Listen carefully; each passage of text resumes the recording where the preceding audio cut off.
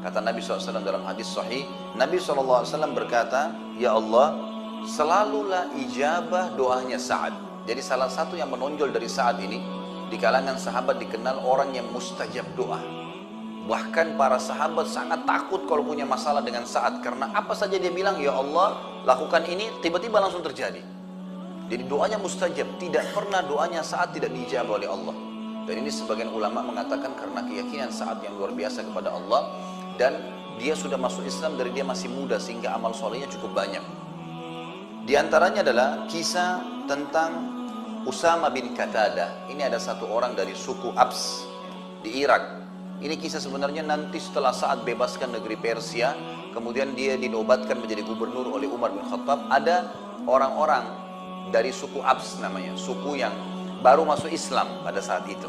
Kemudian rupanya dia ada rasa jengkel dengan Sa'ad ini, karena Sa'ad ternyata yang menembus wilayah tersebut, tapi dia sudah muslim, bernama Usama bin Qatadah. Dan orang ini diberikan julukan Abu Sa'dah.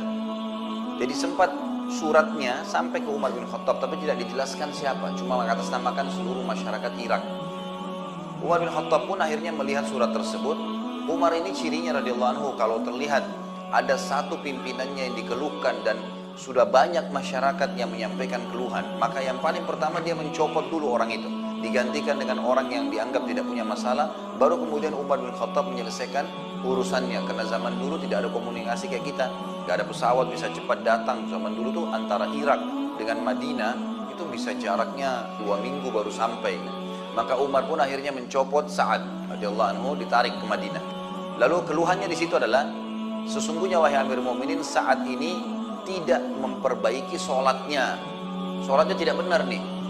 Maka Umar pun memanggil saya lalu berkata, "Wahai Sa'ad, apa benar? Kamu ini sholat gak benar?" Kata Sa'ad, "Wahai Umar, engkau mengetahui benar siapa saya. Sama-sama kita masuk Islam di Mekah. Bahkan saya lebih dulu masuk Islam daripada kamu. Saya adalah orang yang mengikuti sholat Nabi SAW. Sebagaimana Nabi SAW di 2 rakaat pertama sering membaca lebih panjang daripada 2 rakaat terakhir di Isya, Duhur, di Asar. Begitu pula dengan 2 rakaat pertama Maghrib dan 1 rakaat terakhirnya. Itu yang awal-awal rakaat pertama dan kedua pasti lebih panjang daripada rakaat ketiga dan rakaat keempat. Dan saya sudah mengamalkan itu. Semuanya seperti dengan Nabi SAW. Jadi tidak ada yang perlu diragukan." Maka kata Umar, "Kamu pasti benar wahai Abu Ishaq. Gak mungkin kamu salah." Lalu Umar pun mengutus orang-orang untuk mendatangi seluruh wilayah Irak. Waktu itu didatangin. Tidak ada masjid kecuali dilewatin lalu ditanya tentang Sa'ad ini. Sampai akhirnya semua masjid menyebutkan tentang kebaikan Sa'ad. Sampai tiba di masjidnya Bani Abs. Dan kebetulan ternyata ini orang adalah kepala sukunya yang bernama Usama bin Qatadah ini. Maka pada saat itu bertanyalah utusan Umar, lalu dia mengatakan, "Sesungguhnya kalau kau tanya kepada kami," kata si Usama ini, "sesungguhnya kalau kau bertanya kami tentang Sa'ad, maka Sa'ad itu tidak adil, Sa'ad itu tidak baik, Sa'ad itu begini, Sa'ad itu begitu." Semua keburukan yang disampaikan sama dia.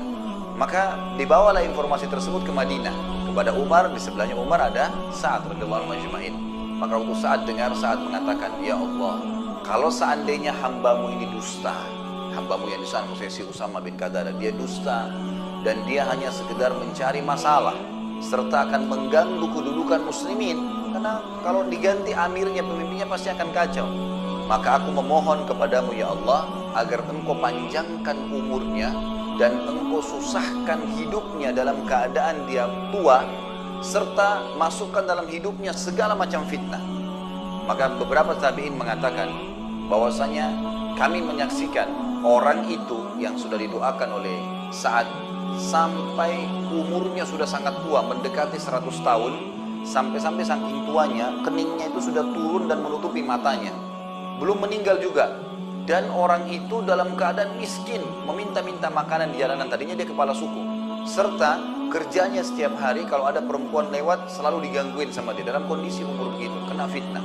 Maka kami melihat doa Sa'ad kena kepada orang tersebut, dan orang itu sering kali mengucapkan kata-kata, "Saya telah kena doanya Sa'ad, saya telah kena doanya Sa'ad." Ini salah satu riwayat yang menjelaskan tentang doa dia yang mustajab. Pernah juga satu kali Sa'ad radhiyallahu anhu waktu sudah pindah ke Madinah dari Persia, kemudian Umar bin Khattab sempat tawarkan waktu itu, "Apakah kamu kembali jadi gubernur di Irak?" Dia bilang, "Tidak. Saya tidak akan pernah kembali ke wilayah yang sudah ada orang menyebarkan fitnah tentang saya. Saya lebih suka dengan Madinah." Maka Umar pun menerima, baiklah kamu silahkan di sini. Setelah itu sempat gubernur Madinah yang diangkat oleh Umar bin Khattab, ada seseorang yang bernama Marwan ibn Hakam.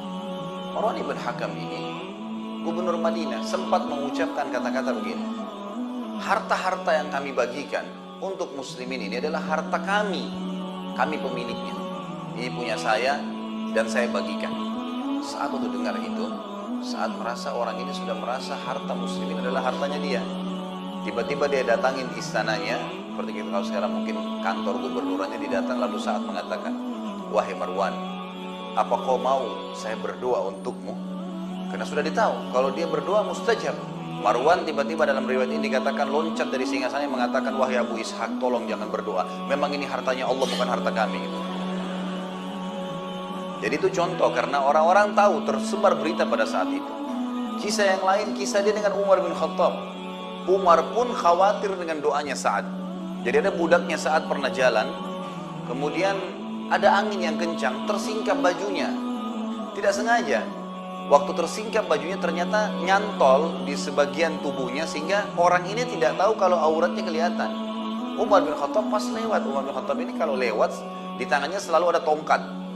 Jadi tongkat ini sering digunakan untuk mengingatkan orang kalau berbuat salah. Seperti kalau habis Isya, beliau sering keliling bawa tongkat. Kalau ada orang kumpul-kumpul di jalan ditanya, kenapa kalian kumpul-kumpul? Kalau bukan karena takziah, bukan karena ada orang sakit yang sedang dijenguk, kumpul-kumpul iseng, dipukulin sama Umar, pulang semua. Kalian mau di sini duduk nongkrong, buang-buang waktu, akhirnya sholat subuh dan sholat malam kalian terbengkalai, bubar. Jadi orang takut sama Umar pada malam. Umar bin Khattab juga kalau lihat kemungkaran langsung dihukum sama dia. Dilihatlah budak ini tersingkap. Lalu Umar bin Khattab mengambil, ada kayu kecil, dia pakai tongkatnya, karena dia tahu ini budak, diambil dipukul. Kenapa kau tersungkap auratmu? Dia bilang, saya tidak tahu. Tapi Umar sempat mukul. Saat sempat lewat, lalu saat tahu ini budaknya dia, saat mengatakan, wahai Umar, jangan kau pukul dia. Umar rupanya dalam kondisi pas memukul budak ini, itu sempat saat menahannya dan saat pun dipukul oleh Umar. Lalu saat mengatakan, baiklah, saat ke samping angkat tangan, mau berdoa. Lalu Umar bin Khattab lari mengejar Sa'ad, lalu memberikan tongkatnya mengatakan, hukumlah saya.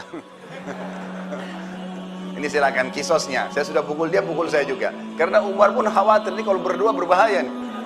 Mustajab doa. Jadi kasus-kasus seperti ini ada terjadi memang dalam kehidupan beliau. Bahwasanya beliau terkenal orang yang sangat mustajab doa, sehingga membuat orang-orang khawatir sekali kalau sampai punya masalah dengan Sa'ad radhiyallahu anhu.